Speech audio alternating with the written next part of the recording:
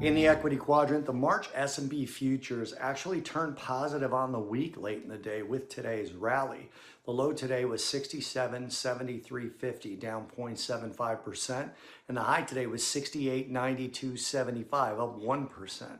As we come into the close of the future session, the March S&P future is still up near the highs, plus 0.97%, and on the week, so far through midweek, it's up 0.01% on the week. The Federal Reserve's Beige Book was released this afternoon and pointed to a flat to slowing economy in many Fed districts. It showed an economy still expanding but losing steam. 7 of 12 districts reported slight to moderate growth, while 5 were flat or declining. That's a step backward from January. Consumer spending is barely positive. Tariffs are showing up in costs across 9 districts, and lower income households are pulling back spending.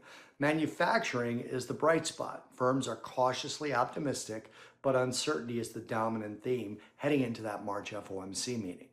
Now, crude prices remained in their new higher range today, which could slowly start to pressure earnings. Crude is spending its third consecutive day in that low to mid $70 range, and that's starting to matter on 2 fronts. Elevated energy costs are likely to feed into the Fed's inflation calculus, which could push rate cuts further out, and if sustained, they'll begin to bite meaningfully into profit margins for companies with large energy footprints.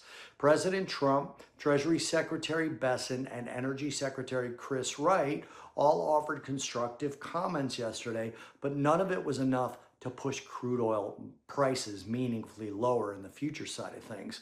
And that's weighing on equities broadly and on the ES specifically. It's more of a headwind than an actual driver of prices, at least in today's session.